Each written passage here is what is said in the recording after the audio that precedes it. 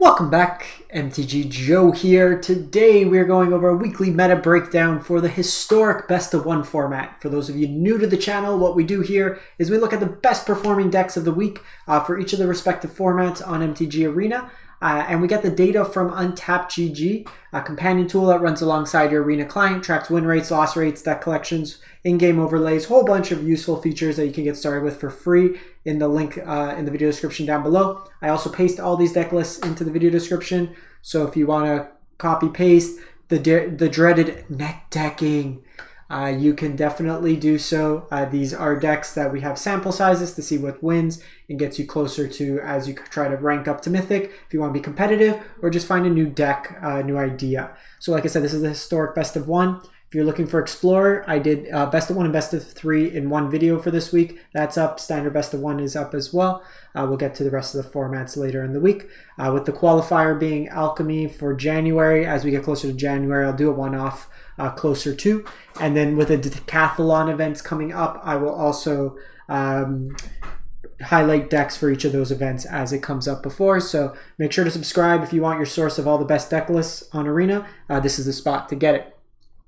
So jumping in December 13th through to 20th, and we have 31,000 games of Magic played, Platinum to Mythic Rank. And the biggest thing that happened in the last week or so is we had Explorer anthologies come out.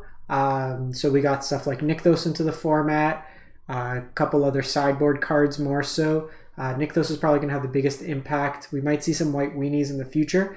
But right now, the top performing deck of the week, we haven't seen Historic get as shifted as we did with Explorer because it is a bigger format. We kind of expect that. But this is a Selesnya Squirrel Twin, Helioke. It's a infinite life gain, infinite token combo deck.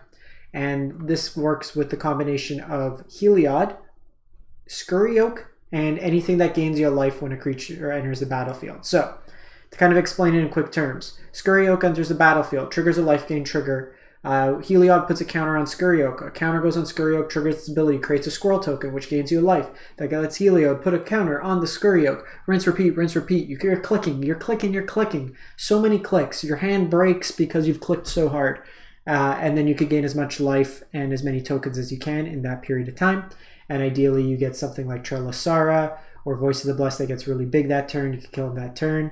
Or you kind of do it at instant speed with stuff like Collected Company. The innovation of this deck is we've seen the inclusion of Kyla's Reconstruction. So it gives you basically, we used to play Inquisitor Captain, well now we're playing Kyla's. Kyla's digs really deep in this deck, helps you find those combo pieces, so it's a little bit more all-in combo. You're looking to outpace life gain, stuff like that. There's not really as many Ferocidon decks in the format right now. Wizards can deal some chunks of damage, but may have harder time with some of the bigger stuff later on. The other addition is to the mana base. We got Brushland, which is another untapped source that helps the deck out overall. So 62% win rate with that. We then have Izzet Belcher. So this is a combo deck that doesn't play lands, but plays lands. So Belcher is the core of the deck. It's as early as a turn 3 combo that wins you the game. Basically, for 3 mana, when you tap Belcher, you reveal cards from the top of the library. You deal damage equal to the number of cards. The non-land cards are revealed this way to any target, your opponent's face. But in this case, you have no lands, but you have lands. So you flip your entirety of your deck, you deal that much damage to your opponent.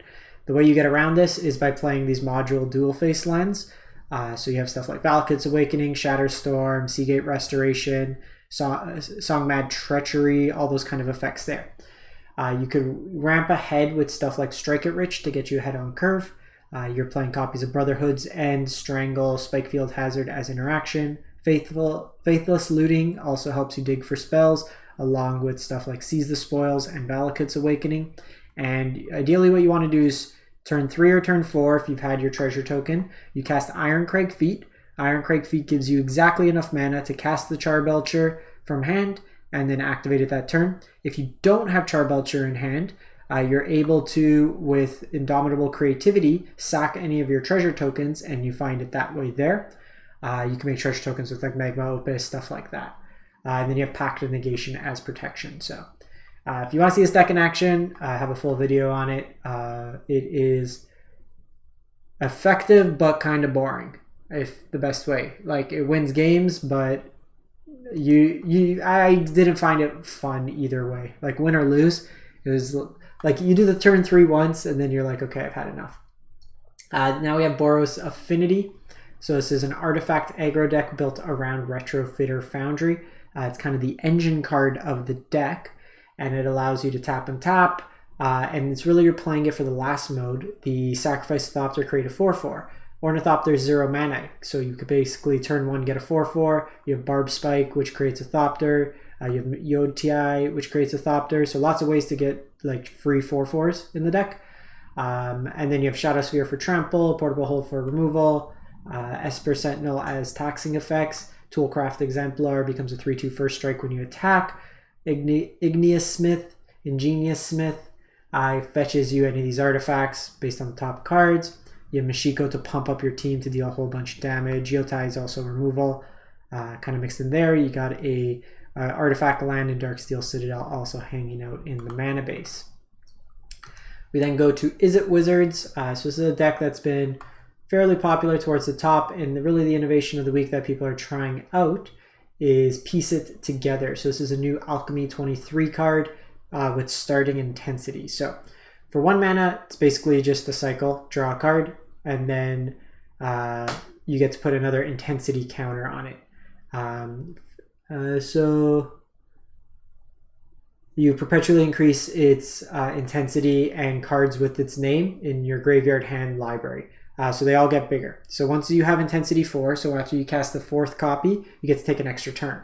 With this deck, you have a lot of ways to flash back the spell, whether it be Dreadhorde Arcanist, or just the copies in that. So you effectively have almost like 8 copies of this, so you can take extra turns in your aggressive deck while still drawing cards.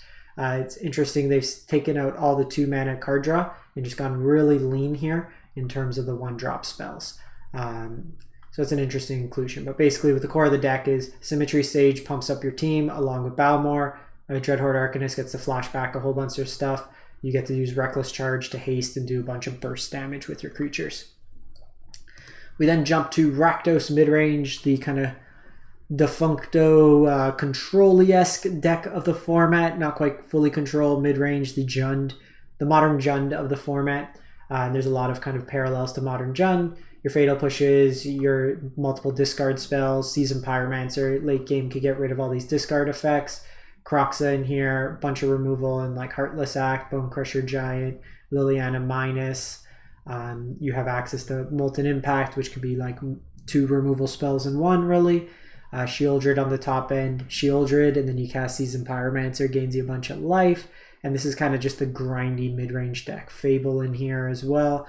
So if you have like Explorer Rakdos and you're sad because everywhere is mono green and your deck's not that good right now, come over to Historic. You pay 4 Mythic wildcards, a couple rares, and you pretty much have this deck here in this format as well.